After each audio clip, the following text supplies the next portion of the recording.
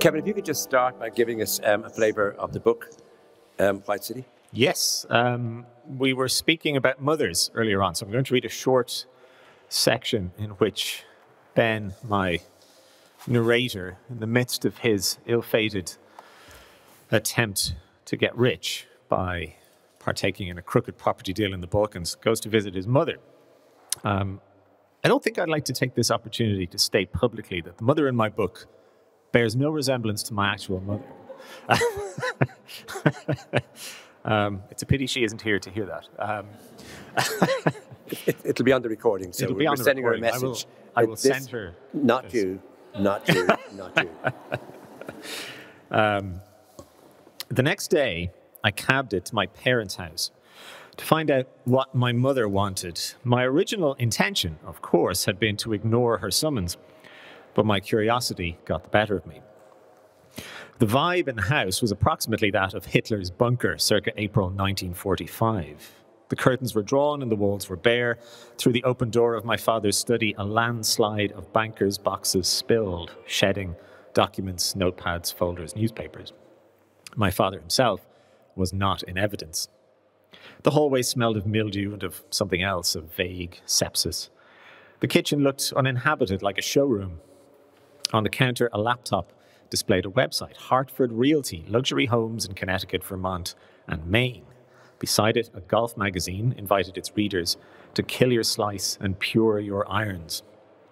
Halfway down the garden, my mother was refilling the wire seed containers that hung from her bright blue wooden birdhouse. This was part of her daily routine. Birds were her acknowledged hobby.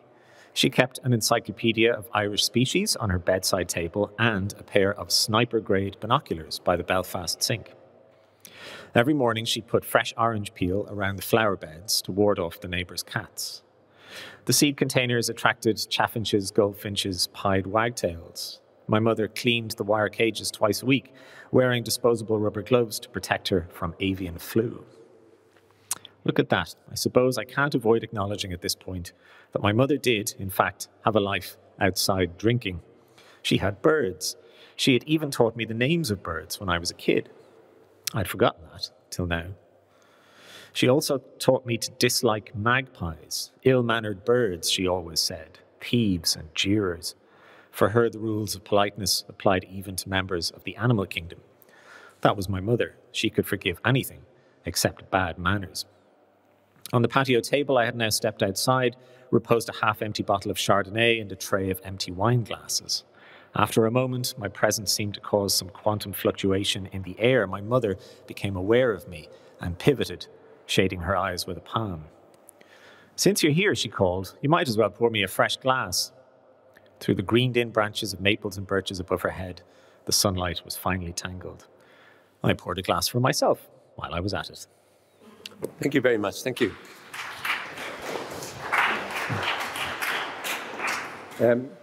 This is the opening of White City. Confession number 1. I'm a sick man. I'm an angry man.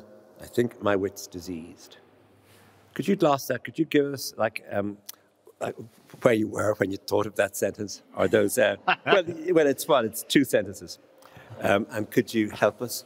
Yeah, I can tell you exactly where I was and when I was. It was Christmas 2015, and I was in the Blackrock Shopping Centre in South County Dublin. And I was Christmas shopping with my wife. She was not yet my wife. We were engaged at the time. And I had come through a crisis in my writing life and in my life more generally. I had published my first novel when I was 27. And it had done reasonably well.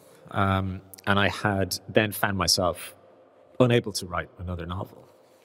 And working through that crisis had led me to realize that what was blocking me was a sense of anger at how out of control my life felt when I published that novel. I was very young, 27. I was even younger than that, I think, emotionally. And I had found the experience of having a novel sort of taken out of my hands, printed, published, reviewed, bought for the movies, adapted for the movies, I'd found it completely And become a bewildering. famous movie. And become, successful and very good film. Lenny Abrahamson directed. I found it completely bewildering, and I had gradually got sort of so angry without being aware of it, because it's supposed to be great. Yeah. If anyone had asked me how is your life going, I would have said brilliant. But actually, I think I was unprepared, and so I had recently, shortly before I thought of those opening lines, I'd become aware that I was angry, and this had really helped me to start cracking open some of the feelings that had been concealed from me, or I had been concealing from myself. And in a way, the dynamic of the book is about that precise experience of cracking open feelings that you have been concealing from yourself, which I'm very interested in as an experience, because I think it's universal or near universal. And I thought I'm angry, and then I thought, because I have a very book-oriented mind, I thought of the first line of Dostoevsky's Notes from Underground. Great. I was hoping you were going to say that. Oh, yes. I'm a sick man. I can't even remember Dostoevsky's version. I've only got my version. I mean, this is more or less a sort of a riff on the opening of Notes from Underground. Yeah. By Fyodor Dostoevsky. And so I thought, I'm a sick man, I'm an angry man. And then another quotation popped into my head. I think, my wit's diseased, and that's from Hamlet. And so I had glued together two quotations, and I realized that I had a rhythm going and almost a voice. And from that, eventually, the novel unspooled with much labor and pain and difficulty. Do you have a third source for this? Yes, John Banville's first novel. Gotcha. I was wondering if you knew that. For John Banville's first novel, Nightspawn, also begins with a quotation from Dostoevsky's Notes from Underground. So you just imagine my surprise as I read this and think, I think I know where he got this. And then I think, oh no, this got it in two places. The wit's diseased, I didn't. That's actually Hamlet. Yes. Yeah. My parents kept me home that week, so I never did Hamlet. But sorry, joke. But so in other words, what you're doing in this moment in the supermarket, as you're attempting to exit from this particular set of feelings, is you're finding another mask for the feelings. It's not as though you want to write a book describing the life of a young novelist who's had a huge success in South Dublin, who's totally miserable, but it is to find a metaphor, to find a character, to find a moment, and to find a literary style that's going to actually provide you with enough cover, in a way, that you can deal with these emotions in a way that isn't, so let's say, isn't direct or isn't, in a way, narcissistic. Yeah. That's absolutely it. And a novel doesn't exist until, from my sense of it, until a rhythm. Now, it's not even words, it's not vocabulary, I wouldn't even call it style, it's just a rhythm. It's one sentence following another in a way that seems to me to contain enough rhythmic suggestion to give me the next sentence, and then the sentence after that. But that is, what is that but precisely finding a very narrow, what it was really a very narrow channel through which to put all of this big chaos of emotion that you're trying to get in there. And that's... So, I mean, what you're saying is that a novel isn't its theme, or it isn't its subject, or its content. It isn't even, in a way, its style. It's something stranger. It's an undercurrent in the sound. And even though the reader is reading silently, you're on your own with the book, and you can't hear the words. Oddly enough, you can. That whatever way it is, the words are on the page, they have an actual rhythm. That even in silence they have, which is the fundament, which is how you start, which is what the novel really depends on. Yeah. And it's like melody almost, that you kind of a song without a melody. Yeah.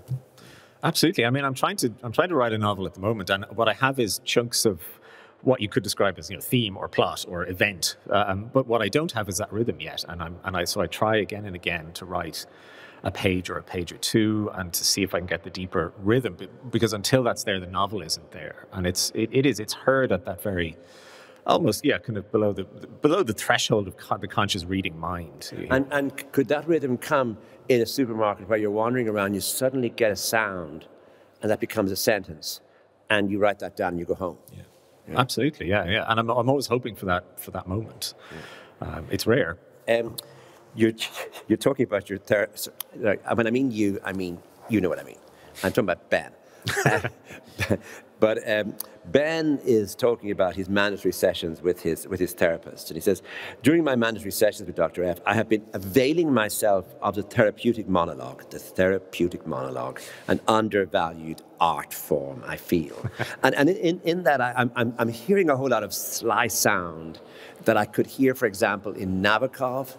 I could hear in Martin Amis, I could hear in Banville, just where you're making a sort of an insider joke about, well, you're obviously, since you're writing a therapeutic monologue, yes. and then you can say an undervalued art form, meaning, so that's effectively the sort of form of the book is a therapeutic monologue. Yeah. Could you just talk to us about, well, I'm not sure I want you to go through every example beforehand of this, but there is that idea of someone who's been damaged, someone who's under pressure, someone who maybe hasn't spoken before, setting out in literary terms the actual events that caused the breakdown.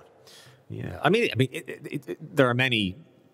I have many precedents for that idea. Philip Roth was another, great writer of therapeutic monologues, who kind of was at the back of my mind writing that line anyway. It's risky writing a book this long in the first person, all in the same first person. That's risky, and it may not work to everyone's taste. First person narratives should be relatively short, I think, because the danger is that, as with any therapeutic monologue, art will fall away, and a sort of hectoring, narcissistic self-regard will come in and sort of derail it. And my counterweight to that was plot, was having a bunch of stuff happening, some events, which I thought would pull him out of the kind of narcissistic spiral. I mean, the other two sentences that could really throw light on the overall book are money changed hands and buildings rose and fell. It was like living in earthquake country. And in a way, you get that in two countries. But I think that the reason why you can do this first person over such a long book is, I think there are two things that make it work. One is that our hero, Ben, is a literary guy. In other words, he's been working on Stephen Dedalus' Portrait of the Artist, but he could be the student. There are certain moments where he could easily be the student at Swim Two Birds. Just lying in bed, not getting up, not going to his lectures, and reading books and looking for wins and gambling, and so that he has to start with a literary style. So it isn't as though he's naive and you have to keep thinking, would he know this? Would he say this? Would he write in this way? Since he's been doing his PhD, or since he's not been doing his PhD, but nonetheless he's been thinking a lot about fiction. So it is in a way a portrait of the artist as a young man. And I suppose the second thing is that you're able to just go Serbia, Dublin, and italics, so that you do have a texture, you can move from one to the other, which I think stops it, if it was ever becoming monotonous, which it doesn't do, that you've worked out in a way structural ways of stopping that, Yeah, and that took me an unbelievably long time. And I'm sort of disappointed nobody's come to me and said, God, the structure of this is brilliant, because I spent forever trying to work it out. But thank you, Colm, for finally saying it. But yeah, and I mean, I had charts and I had maps and I had post-it notes and I had, I showed this to my students a few years ago and they said, well, this is like a little craft project. And I said, well, yeah, what do you think writing a novel is? So give us the dates. So the first novel is published in 2008. And this? 2021. So when did this start? It started, actually, I wrote a version of what became that opening. It didn't have the Dostoevsky and it didn't have the Banville and all that. A version of those first few pages shortly after my first novel came out. And looking back, it's interesting that I found myself writing a confessional monologue, a therapeutic monologue at that moment of when my life was about to change and become much more confusing and difficult in some ways. And I had about 5 pages and that sat neglected on my hard drive for a very long time. And then around about 2012, I had been in Serbia. I spent a week in Serbia, or 2 weeks in Serbia, on a kind of book event, literary festival in 2010. And it wasn't quite this bad, but it was strange. It was a strange experience. And I kept frantic notes while I was there of all the strange things that people were saying and doing. And I tried to turn it into a novel, and what I had there was this very knockabout comic novel, very, very hastily and badly written, and that sort of didn't go in. It got about 200 pages. Put that aside, that wasn't going to work. And then after that, I started trying to write a novel essentially about Sean Fitzpatrick, who fascinated me, and whose trial I attended with my late dad, who was also very interested in his case. And some of that stuff ended up in here as well. Describe this further. You and your father went in every day? Not every day, no. We popped in, I think, a couple of times. Did you put on suits and stuff, or, No, my dad was working in town at the time, and I just met him. And it was easy to get in? Wandered up. You could just go in. You could just walk in. You could just attend a trial in the criminal courts of justice at Parkgate Street there. You can just walk in, unless it's been, protected in some legal way. But in that case, we did. We were curious. We were interested. And I found Fitzpatrick a really, really interesting character. I mean, the dad, doesn't really bear too much resemblance to him, except in certain ways. But the ghost of that idea, a novel about a Sean Fitzpatrick character, is very much here as well. And that moment of realizing that I had that voice, the Dostoevsky voice almost, the therapeutic monologue voice, meant that I could then glue together or suture together. Perhaps that's a slightly more elegant way of describing the process. The Serbian material that I was kind of thinking about, wanting to write about an Irish banker during the last 10 years or so, and then my own. I could find in these things an analogue for some of my own emotions. I'll come back to that in a second. I just want to ask you, are you actually yourself an old barbarian? No, I'm not. So I grew up in Rathcoole in County Dublin, which is a kind of small town on off the Naas dual carriageway, the N7. And I went to a school there called Holy Family Community School, which was not a fee-paying school. And I had no idea schools of old barbarians even existed until I went to UCD as an undergrad to study English. And there I met people who had gone to Blackrock and Gonzaga and various other old South Dublin institutions and became fascinated by them. And novelists are fascinated by closed worlds, I think. And I have felt I had stumbled upon this closed and coded world. And I thought, God, I've got to write about this. And then Paul Harrod started writing about it, and I thought, shit. But he does such a wonderful job, and he himself has taught me a great deal about that world just from reading the Ross O'Carroll Kelly books. But yeah, no, I do not come from that world. It certainly happened to me, where you don't get told in Wexford, in your diocesan boarding school, that there is such a thing as that level of entitlement you're going to find when you arrive in UCD and you go to your first history lecture and you realize that some of the undergraduates, age 17, are already wearing suits and ties. And they already know they're going to be barristers, and then they know they're going to be judges. And not only that, but they did become barristers, and they are judges. And they spoke in a certain tone, they moved in a certain way, and they all had been to either Gonzaga or Belvedere. And they saw differences between Belvedere and Gonzaga.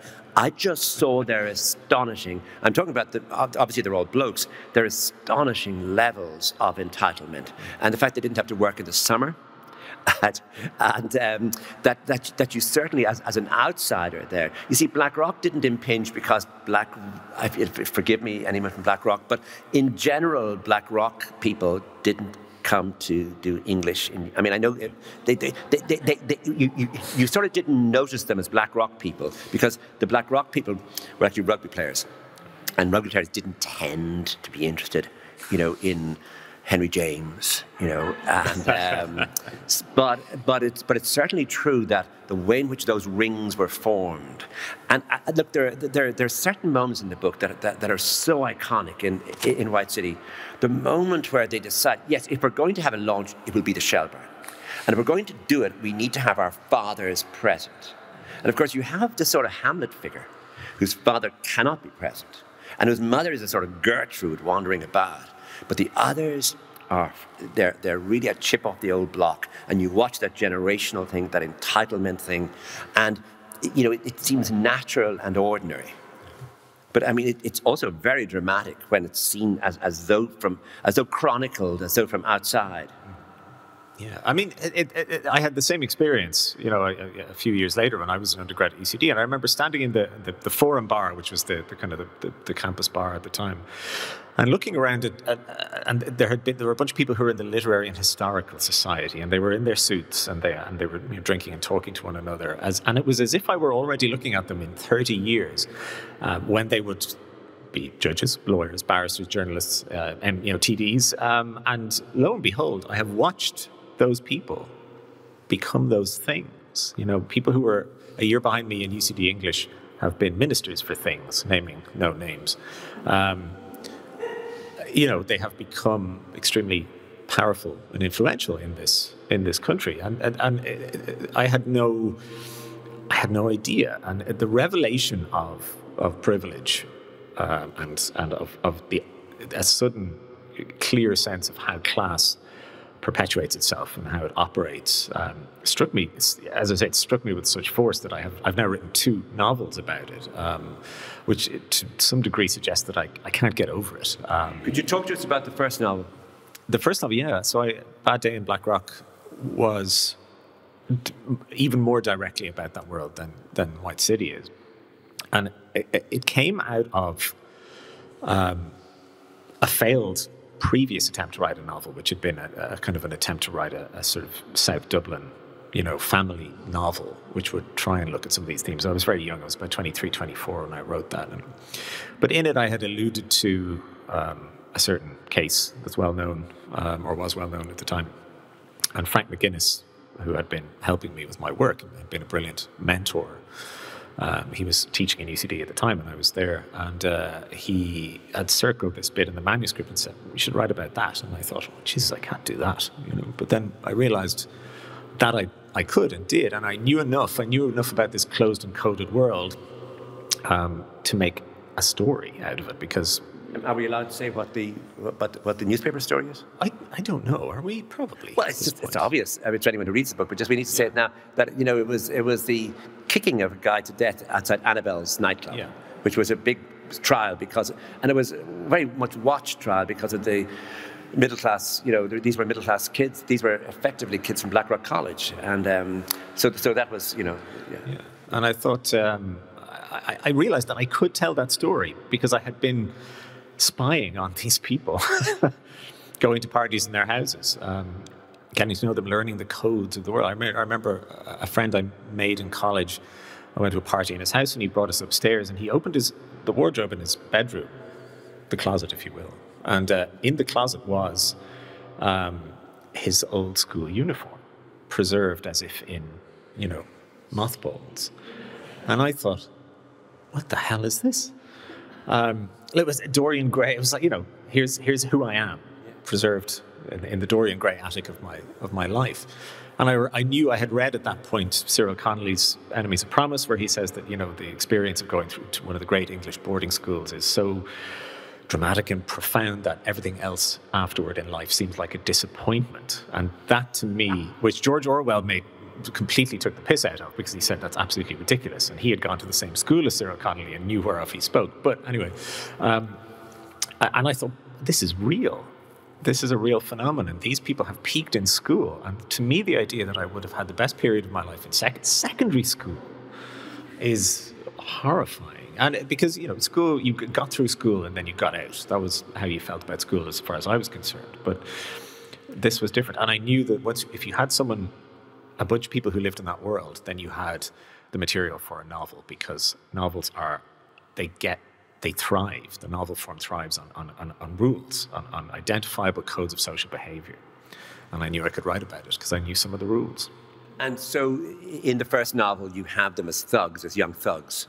And in the second novel, you have them as young businessmen. Yeah.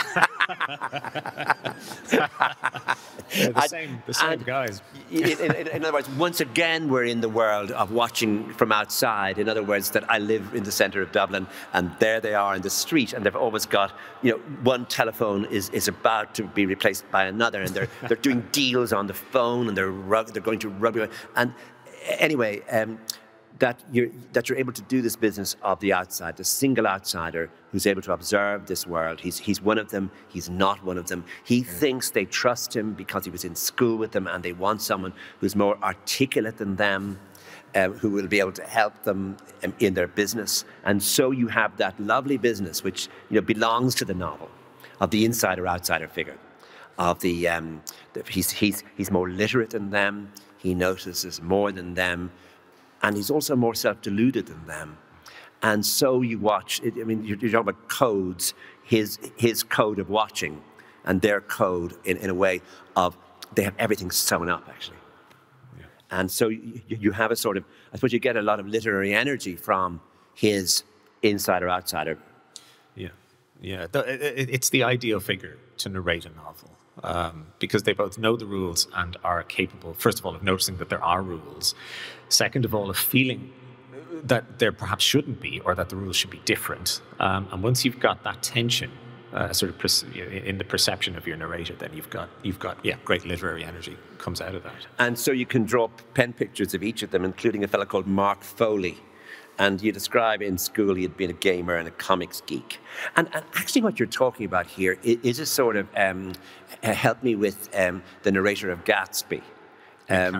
Nick Carraway. Nick in The Great Gatsby, he's both inside and outside. He's a friend of Tom's. He can talk to Gatsby. He knows Daisy. He's in all the world, but yet he works for a living. And yet, none of them really knows the extent to which he's charting what they're doing. And then it goes that Mark Foley, when I heard he'd gone to Trinity to study business, I wrote him off entirely.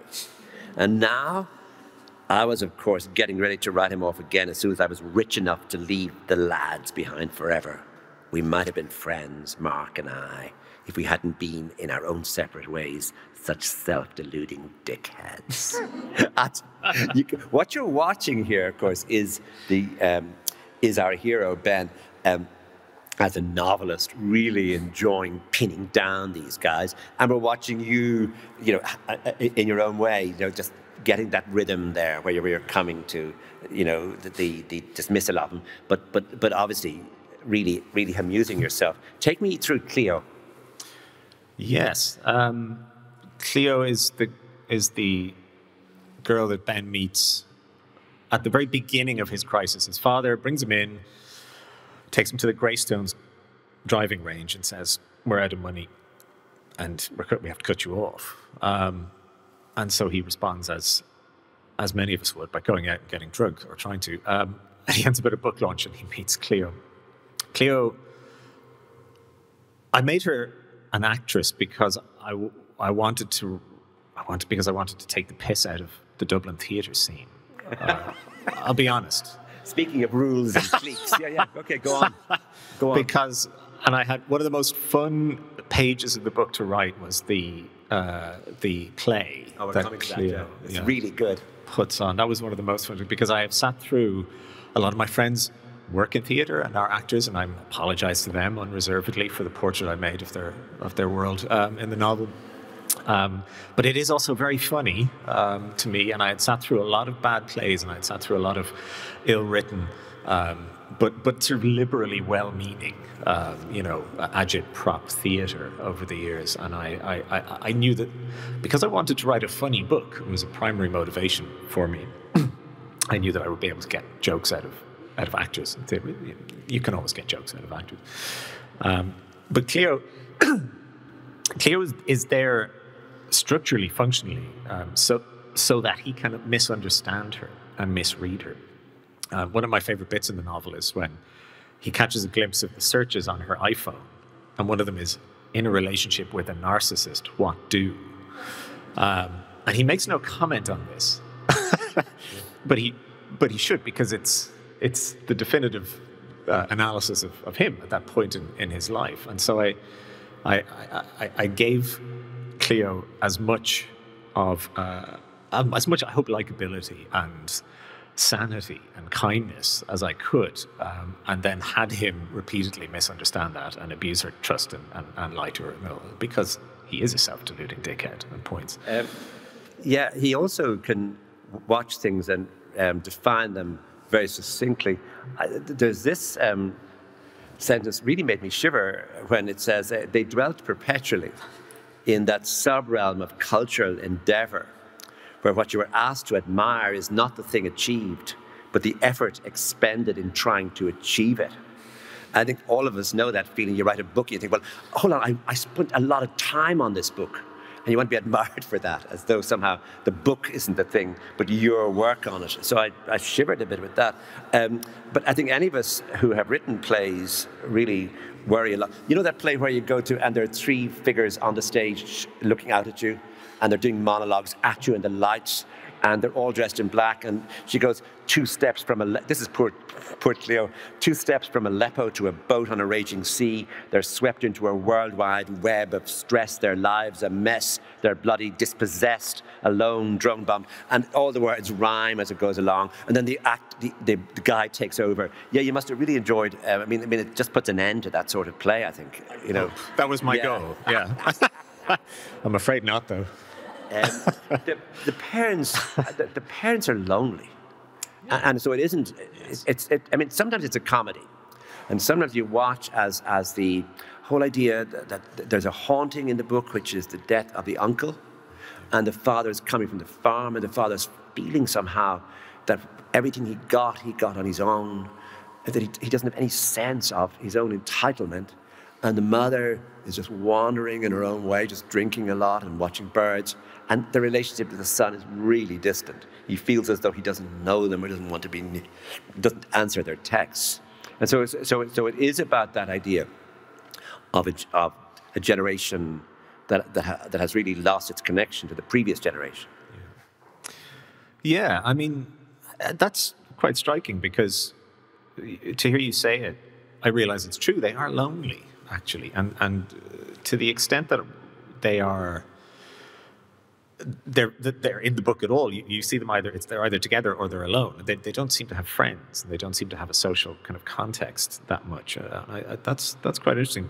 I think that generation of Irish businessmen who all lost it, you know, in the boom.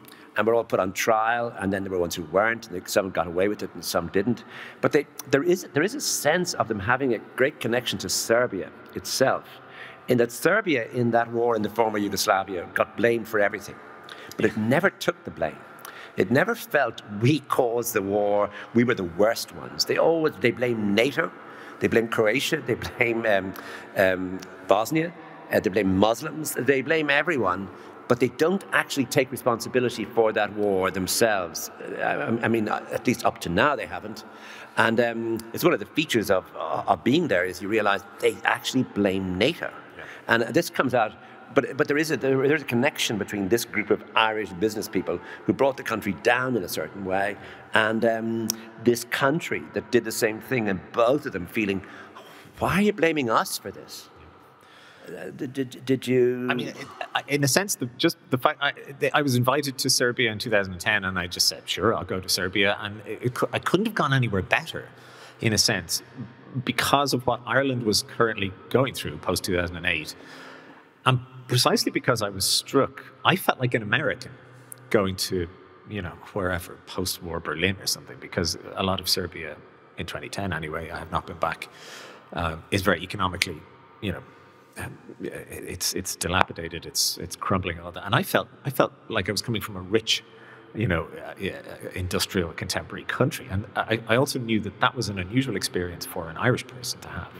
And I suddenly realized that what I could do was juxtapose these two countries and hopefully bring out some, as you say, some of the strange parallels there. I mean, I was also extremely lucky because I was invited to various kind of literary events. And at one of these events, a Russian poet was given a literary award, and there's a strong pro-Russian current in Serbian culture, and it's, you know, they're pro-Putin, and they're very kind of, you know, there's ties between Serbian nationalism and Russian nationalism, and I was unlucky enough to see this very formal presentation of prize to the Russian poet, and then also to hear the more left-wing literary people, Serbian literary Serbs who were there, express disgust and disapproval that the formal literary culture was approving of this strain of Serbian nationalism and publicly avowing ties to Russia, Russian nationalism and Putinism.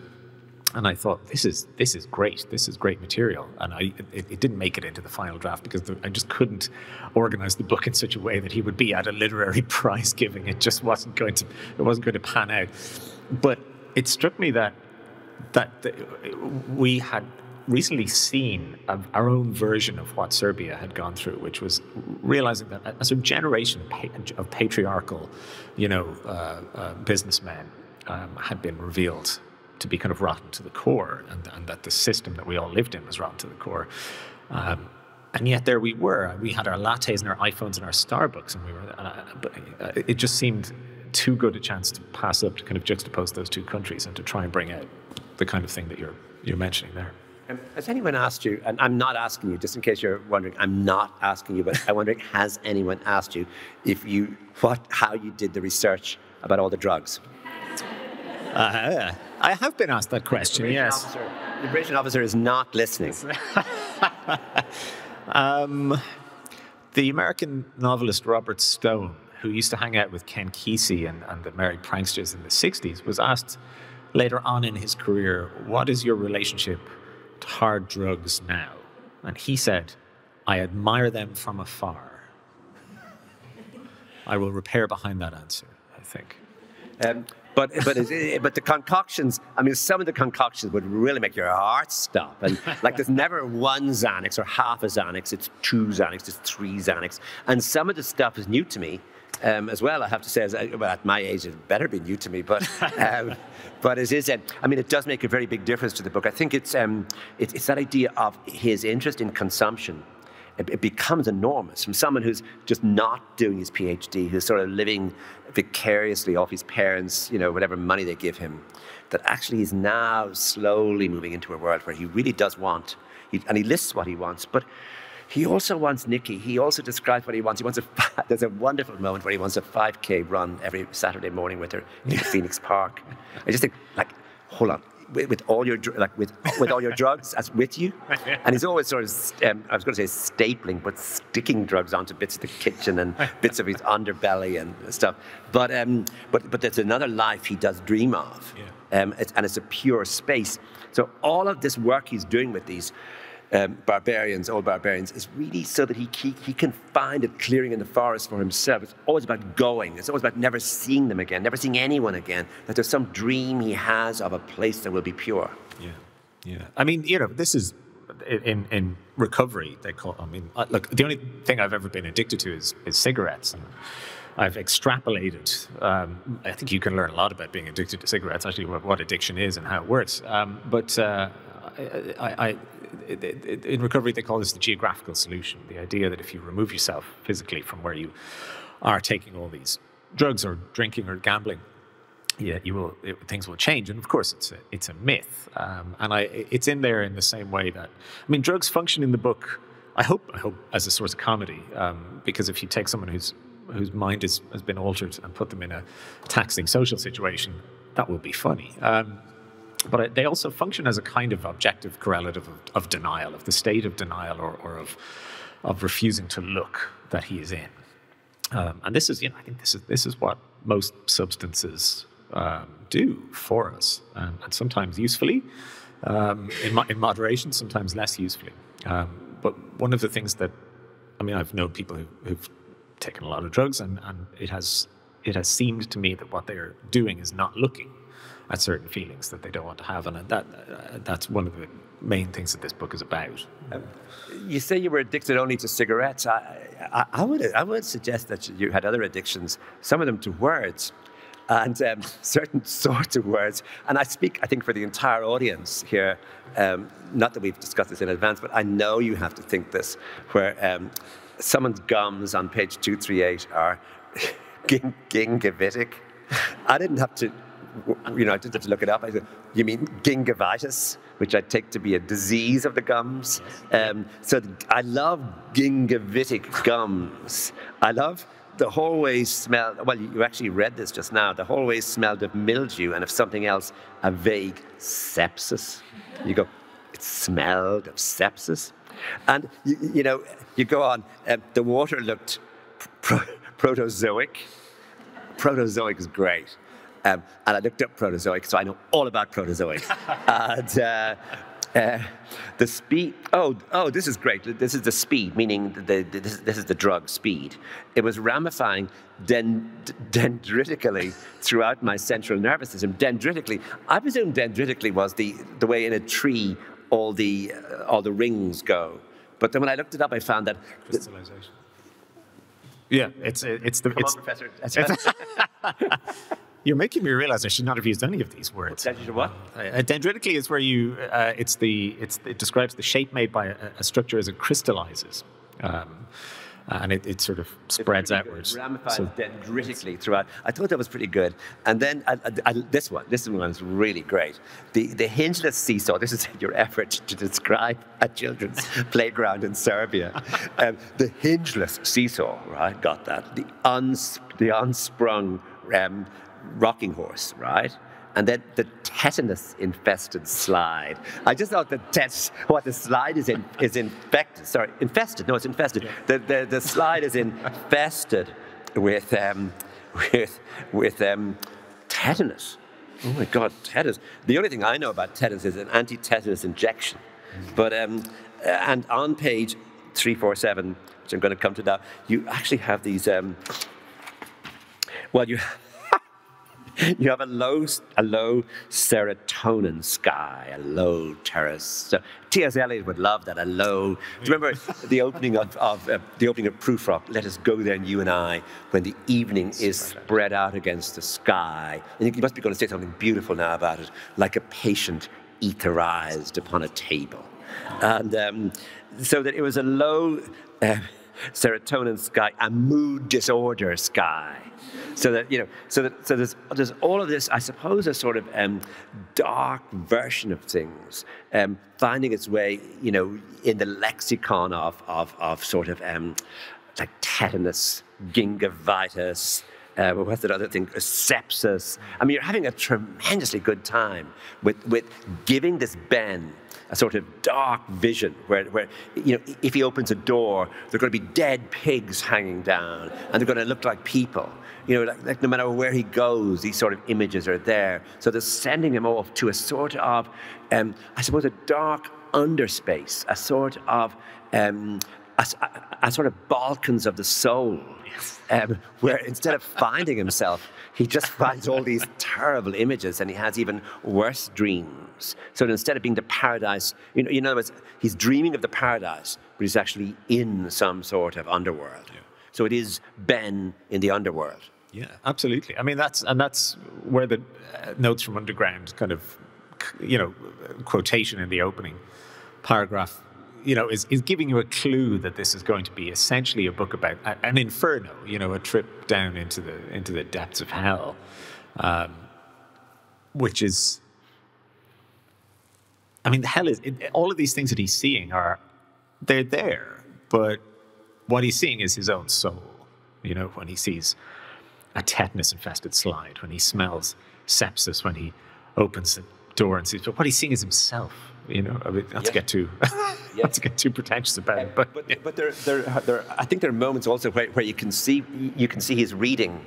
For example, there's a sentence: "Here the trees were dumping their melancholy garbage of used leaves as they did annually, like punctual householders." And once more, you have that sort of idea that Beckett's "The Sun Shone, having no alternative." You have that like this guy's been reading books, We're